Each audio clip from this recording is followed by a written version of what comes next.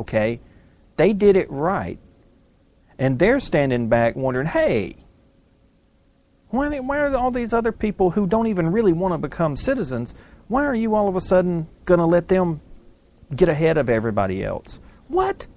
And since when could you force citizenship on somebody? Because you said a mouthful right there when you said some of the people that don't even want to be citizens. A lot of the people who are here illegally do not want to be American citizens. They want to come over here and make American money and then go down to Mexico where it's going to be worth double what theirs is, and they can live fat daddy on the hog and not have to pay us any tax, not have to pay Mexico any tax.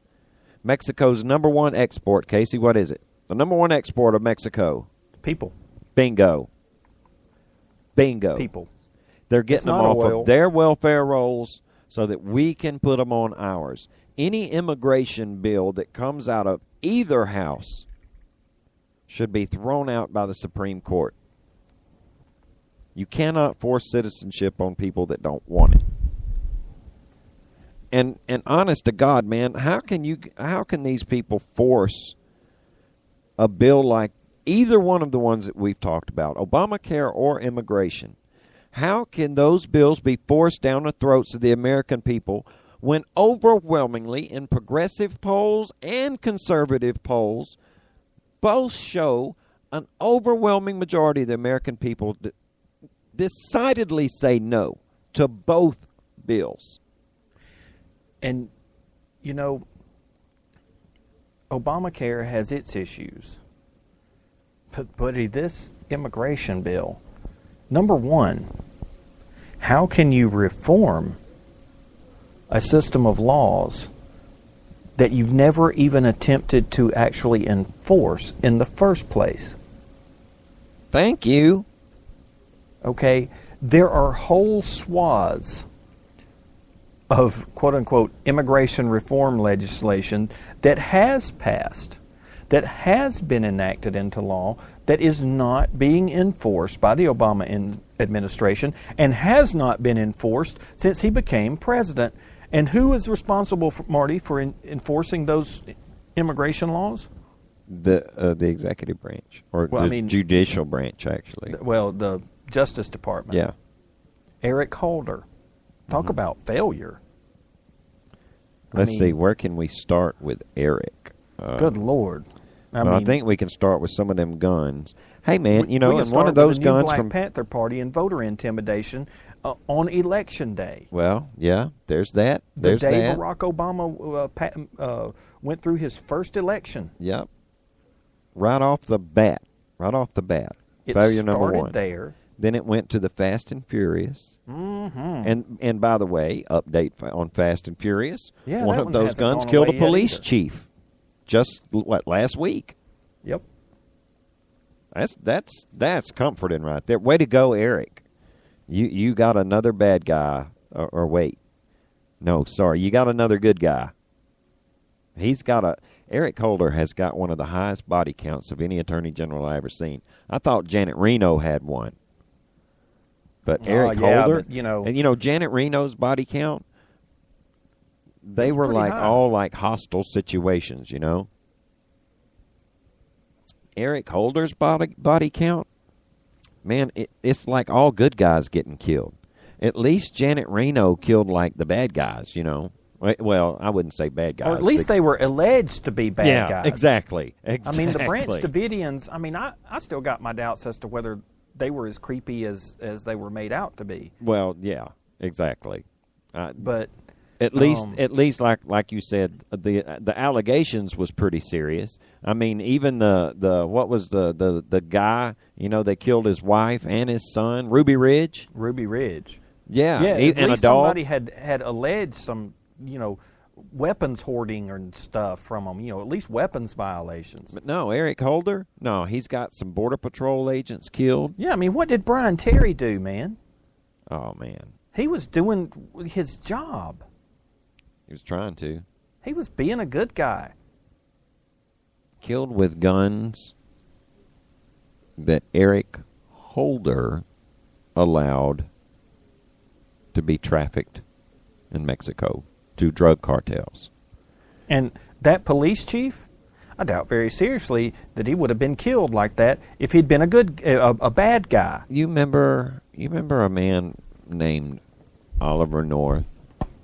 I remember Ollie. And some guns being sold to Iran. No, it was missiles. The Missiles. Contras. You remember wait, that? Wait, it was hostage. Man, that one got all confused. Well, but I think it was you remember he sold guns to Nicaragua to pay a ransom for some hostage, something like that. But there was confused. some criminal charges Uh-huh. brought against Colonel North. Matter of Uh-huh. fact, he had to resign from the military because of it. Remember that? Yeah, and that was for sending guns to our allies. Yeah, just because Congress had said, don't do that. But now, Congress really ain't had to make no laws that says don't sell guns to the drug cartel. We already had them, remember? Yeah, That's kind of like a standing order in this country that you're not supposed to sell automatic weapons. Really, you're not supposed to sell automatic weapons without a license to anybody. And if you do have a license to sell them, you're certainly not supposed to knowingly sell them to drug cartels. And you're really not supposed to sell them to drug cartels from Mexico. I mean, not necessarily just Mexico, but any other country than the United States. You think somebody might have told Eric Holder that? Well, him being an attorney general and everything, now, you know what happens when you assume. You're right. And it is a big assumption on my part to say I assume that him being the attorney general, he would have had some foreknowledge of the law that says selling guns to drug dealers is bad. Okay? I mean, come on. But he did. He did. That's another failure. That's another one. I don't even want to get into the whole IRS thing because that's actually under Eric Holder too. He's pretty much had his hands in every debacle in this country that has happened in the past 4.5-5 years. Except for Benghazi. He's the only person in the whole Obama administrator who probably feels a sigh of relief when the reporters start talking about Benghazi. But the only reason, one of the things he's like, that the was only thing keeping him out of it is he was already involved in trying to cover up scandals in the IRS, so he didn't have time to put his fingers in Benghazi. Because I'm sure that's right. I'm sure he would have wanted to get in on that screw up too. I mean, after all, he did want a perfect record, but. Yeah, but I mean, Hillary beat him to the punch on that one, and it is laughable when I hear him stand before Congress and Senate and act all indignant, and say, "I am proud of my office's work in the area of civil rights," and I go, wait, okay, but I stopped listening there. Well, that's where I shut down because I go, wait, on civil rights. Do you not remember the new Black Panther Party case, man? Where there is a guy on video with a bat, pointing it at little old white ladies, saying, if you vote for that cracker, I'm going to bust your skull. It's on video threatening white folks as they walk by. In front of the polling place. Yeah. And when they are confronted with a camera, they start threatening the cameraman. Now, this fella, you got to admire his intelligence because he employed the Rodney King defense, it wasn't me. Mm-hmm. It was a very similar defense. I believe they referenced it in the case law, when they was arguing the case, because he didn't exactly say, no, that's not me. What he said was, no, that's not what I said. And then they played the audio back and it's like, that's you, right? No, that I didn't say. That's not what I was saying. You took my words out of context. Well, explain your words. What I was trying to say was that we have a right to vote.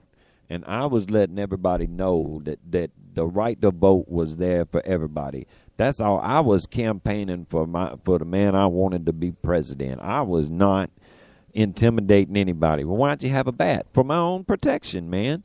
Oh, Eric Holder speaks up and says, "Oh, yeah, look, okay. Yeah, I see the problem here.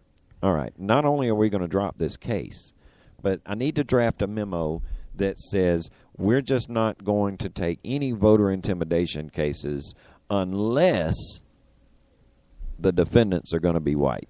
Well, the only good thing to come out of that situation was the world of journalism acquired J. Christian Adams, because he was the one who was trying to prosecute that case.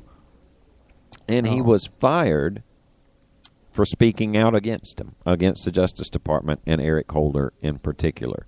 Because, see, that was another example. That was an early example of Eric Holder sidestepping an issue and saying, "No, I didn't have anything to do with that. That, I am just the Attorney General, and I can't be aware of every situation that comes up in this country." But you know what other situation that he managed to stick his nose in? In the civil rights area, by any chance? Mm-hmm. Oh, I do. And you know what? It just came out yesterday. Mm-hmm. Oh, and it's so good. This is what I wanted to talk about earlier when I said, there's some things that even with Eric Holder, that I would say, now, come on. I don't believe that, but it's true. Well, that's what I said when I first saw it. I was like, oh, no, there'll be an innocent explanation for this. There's what we're not. talking about There's not. is this little bitty obscure branch of the Justice Department. What'd they do, Marty? Okay. This is what this branch of, it's like the community relations and activism assistance program. Something. It's a very obscure part of the Justice Department that, by the way, was created by Eric Holder. Okay, and here's what they do. Their first real action was between a white Hispanic. It was between a white Hispanic, and it was the Trayvon Martin case. So, I told you I didn't want to talk about Trayvon Martin case, but Eric Holder's got his hand in this one too, and it's so stupid. Look, he got this community relations group. Everybody remember he down there shaking hands, ooh, Reverend Al, and everybody notice how he called him Reverend Al, and it was all familiar, and he was like, "Oh, I'm so proud of the work you doing with civil rights, and you was marching, and we was loving, and you here to get the community together." Yeah, you remember that? Mm-hmm. Well, and there was a whole bunch of people standing around, and they was talking. The media was like, "Oh," and they came in by the bus. Remember that? Mm-hmm. Remember the media freaking out, talking about, "Oh, they coming down here to about a busload in support of Trayvon. These people are going to protest in Trayvon Martin's name." And they had Jamie Foxx come down, and Eric Holder, and Al, and Jesse, and they all loved.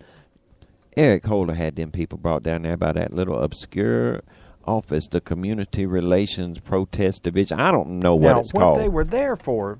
But you can right, you can go to was to mediate, right, Marty? Well, that's what they were there to mediate. Well, actually, this group, no. See, this particular group was actually brought down there with the express and sole intent of protesting. This was a protest, an activism incident. But check it out. No, wait, look, wait. I don't want people to think that we're making this stuff up. All you got to do is you can either go to Judicial Watch, okay, and that's where the original documentation is located.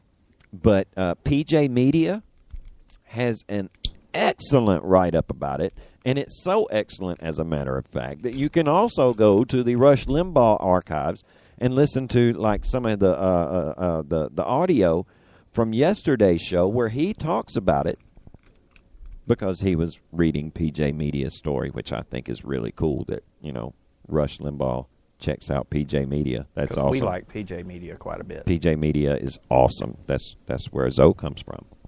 But man, these documents show a clear and direct path to Eric Holder himself in a way that he can't say, No, well, the only thing he can do here is like he did with the IRS thing or the journalist spying on the journalist thing